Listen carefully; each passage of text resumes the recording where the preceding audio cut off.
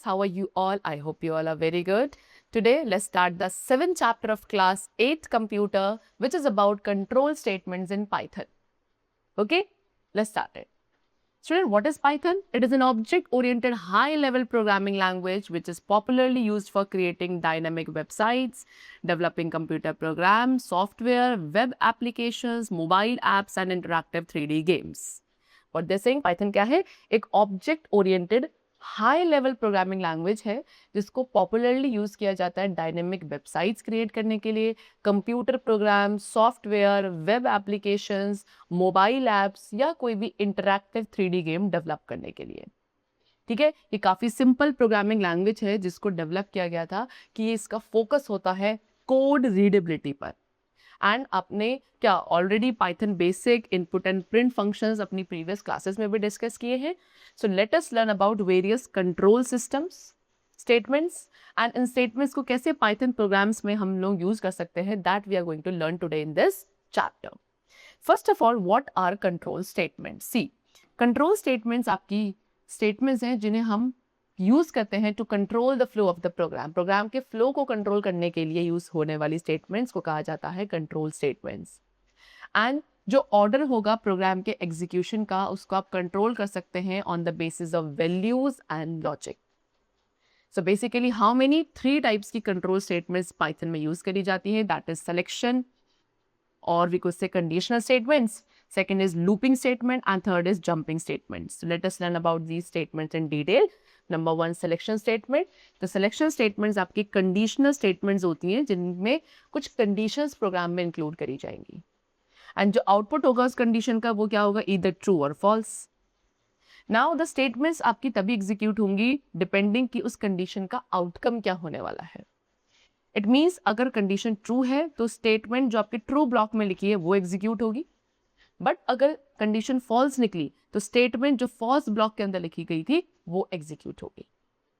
So when you write an if condition, जब आप एक इफ कंडीशन लिखते हैं एंड एंटर प्रेस करते हैं आफ्टर राइटिंग कॉलन, तो कर्सर आपका नेक्स्ट लाइन पे मूव करता है जिसको 4 स्पेसेस के साथ इंडेंट किया जाएगा to start the block of statement.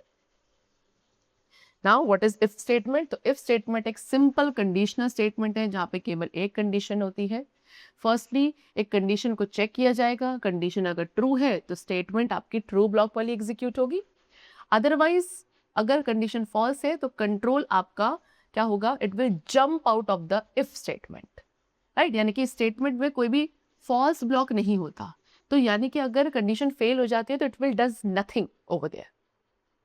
Right?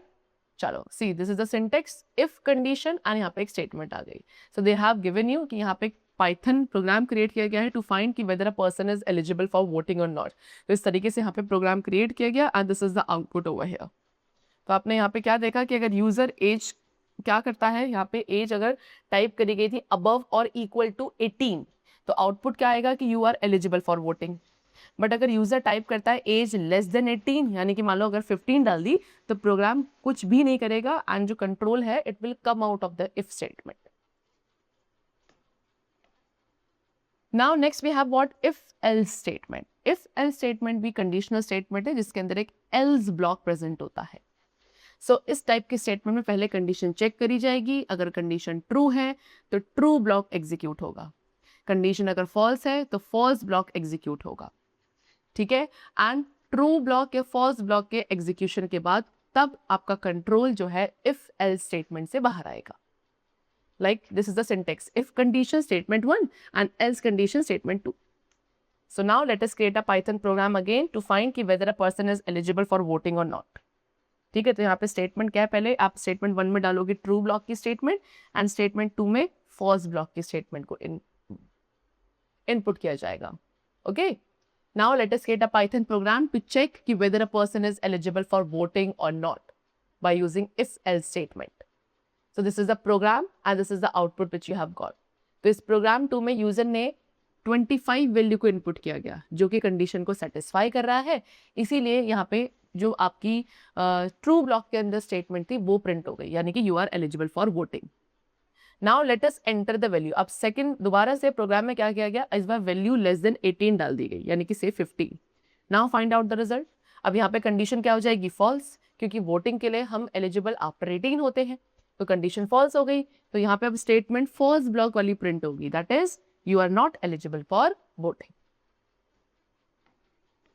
Okay, next is elif statement. Elif statement एक कंडीशनल स्टेटमेंट है जिसे आप मल्टीपल कंडीशंस को ऐड करने के लिए यूज करते हो इन अ प्रोग्राम. तो सबसे पहले कंडीशन चेक होगी, कंडीशन अगर ट्रू है तो ट्रू ब्लॉक वाला स्टेटमेंट एग्जीक्यूट होगा and then the control will jump out. But अगर कंडीशन फॉल्स है तो नेक्स्ट कंडीशन चेक होगी and this process will go on जब तक कंडीशन आपको ट्रू नहीं मिल जाती है. ठीक है, like this is syntax. If condition 1 तो स्टेटमेंट 1, फिर एलिफ कंडीशन 2, फिर स्टेटमेंट 2, एलिफ कंडीशन 3, स्टेटमेंट 3. इस तरीके से आपके यहाँ पे बहुत सारी स्टेटमेंट्स आप ऐड कर सकते हैं. Right, so let us create a Python program to find the greatest of 3 numbers. So this is the program and this is the output which you have got.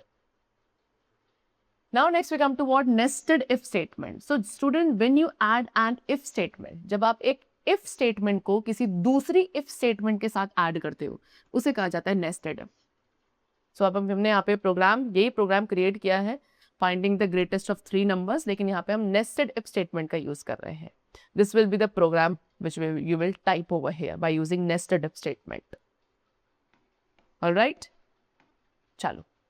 Then we come to the topic that is looping statements. So looping statements क्या है student? Looping statement जिन्हें हम iteration statements भी कहते हैं, इसका use किया जाता है कुछ set of statements को execute करने के लिए in a program, and that also how many times? Multiple times. Right? So ये set of statements आपकी तब तक repeat होंगी जब तक एक specified condition को हम मीट अप नहीं कर लेते. तो हाउ मेनी 2 टाइप्स की लूपिंग स्टेटमेंट होती हैं? For loop and while loop. For loop जिसे आप डेफिनेट लूप कहते हैं, वो एक सेट ऑफ स्टेटमेंट को एग्जीक्यूट करेगा फिक्स नंबर ऑफ टाइम तक. ठीक है, तो आप इसे यूज करते हैं एक न्यूमेरिक रेंज को इटरेट करने के लिए और over a collection of items. तो for loop over a numeric range. So इसमें इन दिस फॉर लूप एक रेंज फंक्शन यूज किया जाएगा रेंज स्पेसिफाई करने के लिए, एंड ये फंक्शन सीक्वेंस ऑफ नंबर्स को रिटर्न करेगा जो कि स्टार्ट वैल्यू से स्टार्ट होगा एंड बाय डिफॉल्ट इंक्रीमेंट करता जाएगा बाय 1 एंड देन स्टॉप हो जाएगा बिफोर द एंड वैल्यू. ठीक है, अगर इंक्रीमेंट आर्ग्यूमेंट मेंशन नहीं होगा तो वो it will be by 1 only by default. तो सिंटेक्स क्या है? Syntax of range that is range start end increment. यहाँ पे स्टार्ट आपका सीक्वेंस की स्टार्ट वैल्यू को स्पेसिफाई करेगा, एंड सीक्वेंस की एंड वैल्यू को स्पेसिफाई करेगा, एंड इंक्रीमेंट का यूज करते हो वेरिएबल को इंक्रीमेंट करने के लिए by the specified number. Now this is the syntax of for with range. For item in range, arguments and statement. Right, तो यहाँ पे एक पाइथन प्रोग्राम क्रिएट किया गया है 1 to 10 तक के नेचुरल नंबर्स को प्रिंट करने के लिए. This will be the program which you will write. Now for loop using collection of items. For loop का यूज किया जाता है कलेक्शन ऑफ आइटम्स के साथ जो कि आपका स्ट्रिंग, लिस्ट, टपल और डिक्शनरी की फॉर्म में हो सकता है. सिंटेक्स है for item in collection statements. See they have given you a note कि अगर कलेक्शन आपका लिस्ट और टपल है तो फॉर लूप आपका चलता रहेगा through each element of the list और टपल. लेकिन अगर कलेक्शन स्ट्रिंग होगा तो फॉर लूप आपका ईच कैरेक्टर तक जाएगा in a string. Example, create a Python program to print each character in a given string using for loop. Okay? चलो. Next we come to what? While loop. While loop का use करा जाता है to repeat the set of statement. एक set of statements को repeat करने के लिए while एक given condition आपकी true हो. So इस loop में condition check होगी, condition अगर true है तो जो set of statement आपका code block में लिखा है वो execute होगा and then the control will go back to the condition. And ये प्रोसेस तब तक कंटिन्यू रहता है जब तक कंडीशन फॉल्स नहीं हो जाती. Okay, while condition statements. Now let us understand कि कैसे ये लूप वर्क करता है. तो यहाँ पे जो वैल्यू है आई की हमने पहले 1 ली इनिशियली, एंड सपोज यूजर ने वैल्यू एंटर करी है एन की कितनी 20. तो पहले कंडीशन चेक होगी that is if 1 is less than और इक्वल टू 20 तो इट इज ट्रू, यस. तो it will print the value of i. अभी क्या करेगा? आई की वैल्यू को प्रिंट करेगा जो कि आपकी 1 होगी एंड एक ब्लैंक स्पेस उसके साथ वो प्रिंट कर देगा. फिर उसके बाद वो आई की वैल्यू को इंक्रीमेंट कर देगा बाय 2, यानी कि अब देयरफॉर आई की वैल्यू कितनी हो जाएगी 3. नाउ फिर से कंडीशन चेक होगी कि 3 इज लेस देन और इक्वल टू 20 तो ये भी सही है. It is also true. तो अगेन अब ये वैल्यू ऑफ आई प्रिंट कर देगा, that is 3 now and also a blank space. फिर वैल्यू जो है आई की उसे इंक्रीमेंट कर दिया जाएगा बाई 2, यानी कि अब आई की वैल्यू कितनी होगी 5। अब उसके बाद कंट्रोल जो है बैक टू द कंडीशन दोबारा जाएगा, अगेन y की वैल्यू चेक करेगा against 20, that is 5 is less than और equal to 20। It is also true, तो it will also print the value of i जो कि i होगी, सॉरी 5 होगी, and again print blank space also. ठीक, उसके बाद i की वैल्यू फिर से बाई 2 इंक्रीमेंट करी जाएगी, यानी कि y की वैल्यू कितनी होगी 7। फिर कंट्रोल जो है बैक टू द कंडीशन जाएगा, सेम प्रोसेस आपका कंटिन्यू होता रहेगा जब तक हमें आई की वैल्यू जो है ग्रेटर देन 20 नहीं मिल जाती है, राइट। एंड जैसे ही कंडीशन फॉल्स हो जाएगी तो लूप विल स्टॉप, लूप आपका स्टॉप हो जाएगा and control will come out to execute the other statements if there is any, right. See infinite loop, infinite loop कौन सा लूप होता है जो कॉन्टिन्यूसली रन करता है जैसे ही वो ट्रू कंडीशन को मीट करेगा। सो इस लूप में एक कंडीशन कभी भी फॉल्स हो ही नहीं सकती है, किसमें, इनफाइनाइट लूप में। Now next we have the topic jumping statements. The set of statements in a program are normally executed in a sequential manner. What they're saying, एक प्रोग्राम में जो set of statements होते हैं वो normally एक sequential manner में execute होता है, right? लेकिन जो statements का sequence होगा execution के दौरान आप उसको break कर सकते हो, किससे, jumping statements की help से। jumping statements का यूज किया जाता है कंट्रोल को अनकंडीशनली जंप करने के लिए to any part of the program. And जब एक जंपिंग स्टेटमेंट एनकाउंटर करी जाती है प्रोग्राम को एग्जीक्यूट करते हुए तो कंट्रोल आपका स्पेसिफाइड पोर्शन पे जंप होता है, बीच में जितनी भी सारी स्टेटमेंट्स हैं उन सब को स्किप करके। सो हाउ मेनी, पाइथन में बेसिकली 3 जंपिंग स्टेटमेंट यूज करी जाती है, that is break, continue and pass. Break statement loop को टर्मिनेट करता है एंड कंट्रोल को out of the loop transfer कर देगा, right. They have created a Python program to illustrate the use of break statement like this. Continue statement को use करते हैं हम to skip the reminder of the loop body. Loop body का जो reminder है उसको स्किप करके control को लूप के बिगिनिंग तक ट्रांसफर कर देता है for the next iteration. Alright, चलो see we have created a Python program to illustrate the use of continue statement. So इस तरीके से यहाँ पे क्रिएट किया गया है। तो यहाँ पे ये प्रोग्राम आपका एग्जीक्यूट करेगा नॉर्मली जब तक आई की वैल्यू 6 है, ठीक है। अब जब वैल्यू आई की 5 थी तो वो प्रिंट को स्किप कर देगा, this is a while loop statement and control will go back to the while loop. Next we have pass statement. Pass statement एक नल ऑपरेशन है, यानी कि जब ये स्टेटमेंट एग्जीक्यूट होती है nothing happens and control simply next statement तक move करता है उसे एग्जीक्यूट करने के लिए।